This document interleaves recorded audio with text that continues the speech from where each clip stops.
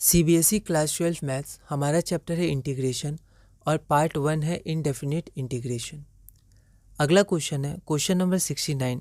Find the integration of x square plus x plus 1 D x divided by x plus 2 times x square plus 1। यह question all India 2019 में 4 marks का आया था। एक बार आप इसे ट्राई करिए, फिर हम आगे बढ़ते हैं। तो सबसे पहले जो हमारे पास इंटीग्रेशन है, जो इंटीग्रल है, उसको हमने आई मान लिया, इसको इक्वेशन 1 मान लिया। ठीक है, अब इसके बाद हम इसमें पार्शियल फ्रैक्शन लगा देंगे। तो ये लीनियर फैक्टर है तो a बाई एक्स प्लस 2 और ये क्वाड्रेटिक है तो बी एक्स प्लस सी इस फॉर्म में लगता है। ठीक है, तो हम लोग धीरे धीरे फॉर्म भी अलग अलग करते जाएंगे।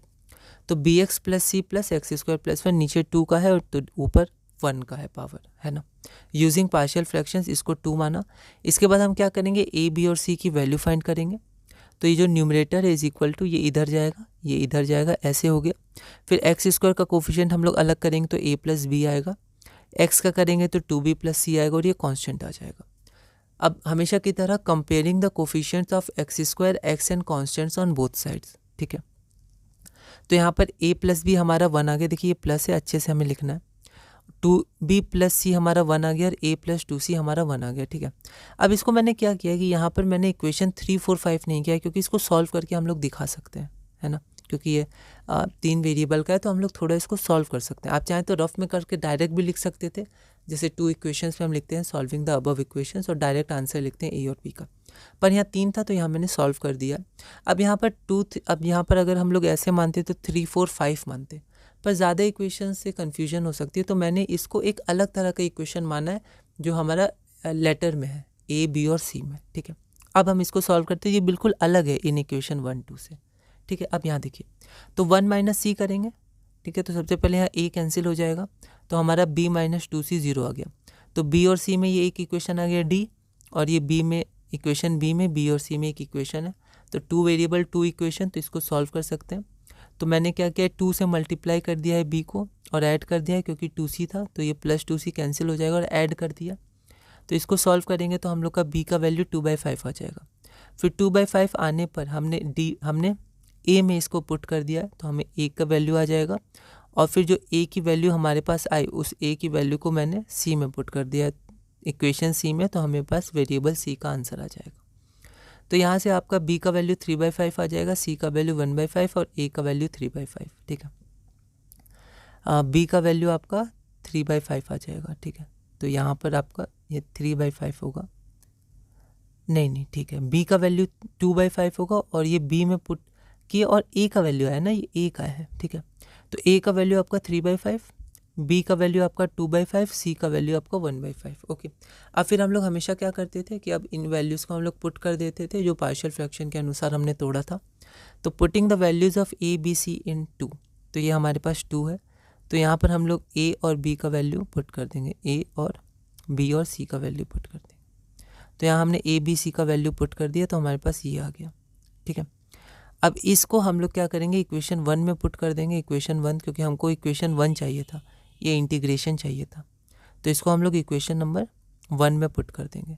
तो इसका इंटीग्रेशन बराबर integration of 3/5 dx by x plus 2, और यहाँ 2/5x प्लस 1/5 आपका हो जाएगा 2x प्लस 1 और 5 नीचे आ जाएगा। ठीक है, यहाँ पर तो यहाँ मैंने डायरेक्ट किया है, 1/5 बाहर आ जाएगा, ऊपर 2x प्लस 1 और एक्स स्क्वायर प्लस 1, है ना। अब ये क्या है, 1/x के फॉर्म में x प्लस 2, तो log mod x प्लस 2 हो जाएगा। अब इसमें क्या करेंगे, सबसे पहले न्यूमरेटर को ब्रेक कर देंगे, क्योंकि इसका डिफ्रेंशिएशन सिर्फ 2x होगा, पर यहाँ 1 भी है तो हमें सिर्फ 2x चाहिए, तो हम लोग क्या करेंगे, न्यूमरेटर को ब्रेक कर देंगे। तो ये हो जाएगा 1/5 2x dx by x square plus 1, और 1/5 है तो 1/5 रूट अंडर 1, या सिर्फ dx, रूट अंडर नहीं, इंटीग्रेशन 1/5 इंटीग्रेशन ऑफ 1, मतलब सिर्फ dx divided by x square plus 1। अब ये तो डायरेक्ट हो जाएगा लॉग, क्योंकि ऊपर इसका डिफ्रेंशिएशन ही है, तो यहाँ मैंने फिर भी शो कर दिया है। तो ये हो जाएगा 1/5 log mod x square plus 1, और ये एक्स स्क्वायर प्लस 1 डिनोमिनेटर में जो है वो हो जाएगा tan इनवर्स x, डायरेक्ट इसका direct integration tan inverse x होता है। तो 1/5 tan inverse x plus c एक कांस्टेंट ले लिया है। ठीक है, तो हमारा फाइनल आंसर क्या हो जाएगा, जो हमारे पास गिवन था उसका इंटीग्रेशन हो जाएगा 3/5 log mod x plus 2 plus 1/5 log mod x square plus 1 plus 1/5 tan inverse x plus c। ठीक है, ये हो गया। तो ये हमारा रिक्वायर्ड आंसर है। अगला क्वेश्चन है question number 70, find integration of 4 dx divided by x minus 2 into x square plus 4। इसको आप ट्राई करिएगा। यह क्वेश्चन CBSE 2018 में 4 मार्क्स का है और पिछला क्वेश्चन 69 की तरह ही सिमिलर है। तो यहाँ पर जब आप इसको मानिएगा a बाय इतना plus b plus c by इतना, ठीक है, तो आपका ये आएगा आंसर। मतलब a का वैल्यू 1/2, b का वैल्यू -1/2 और c का वैल्यू -1। फिर इसको आप सॉल्व करिएगा तो आपका ये आंसर आ जाएगा, ठीक है। तो ये आपका रिक्वायर्ड आंसर हो जाएगा। अगला क्वेश्चन है question number 71, evaluate 2 times dx divided by 1 minus x into 1 plus X square. Similar question Delhi 2012 में 4 मार्क्स का आया था। तो इसको आप सॉल्व करिएगा तो a का वैल्यू 1 आ जाएगा यहाँ, b का वैल्यू 1 आ जाएगा यहाँ और c का वैल्यू 1 आ जाएगा यहाँ, ठीक है।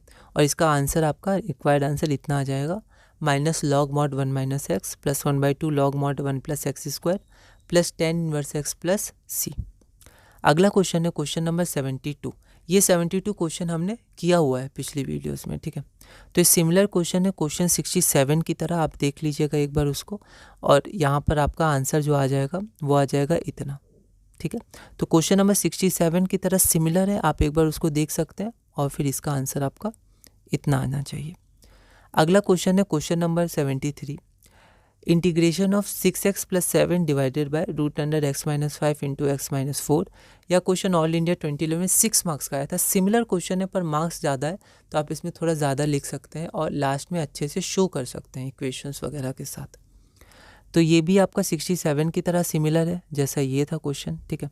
बस यहाँ पर इसमें क्या है, डायरेक्ट दिया था क्वाड्रेटिक, यहाँ पर फैक्टर्स में दिया हुआ है। तो सबसे पहले इस फैक्टर को हम लोग इस फॉर्म में चेंज कर देंगे, तो देखिए ये सिमिलर हो गया आप क्वेश्चन, ठीक है। तो इस फॉर्म में चेंज करने के बाद ये सिमिलर क्वेश्चन हो गया 67 की तरह। तो चाहे तो एक बार उसको देख सकते हैं और आपका जो फाइनल आंसर आ जाएगा वो इतना आ जाएगा, है ना। और आप इसको ब्रेक कर सकते हैं लास्ट में।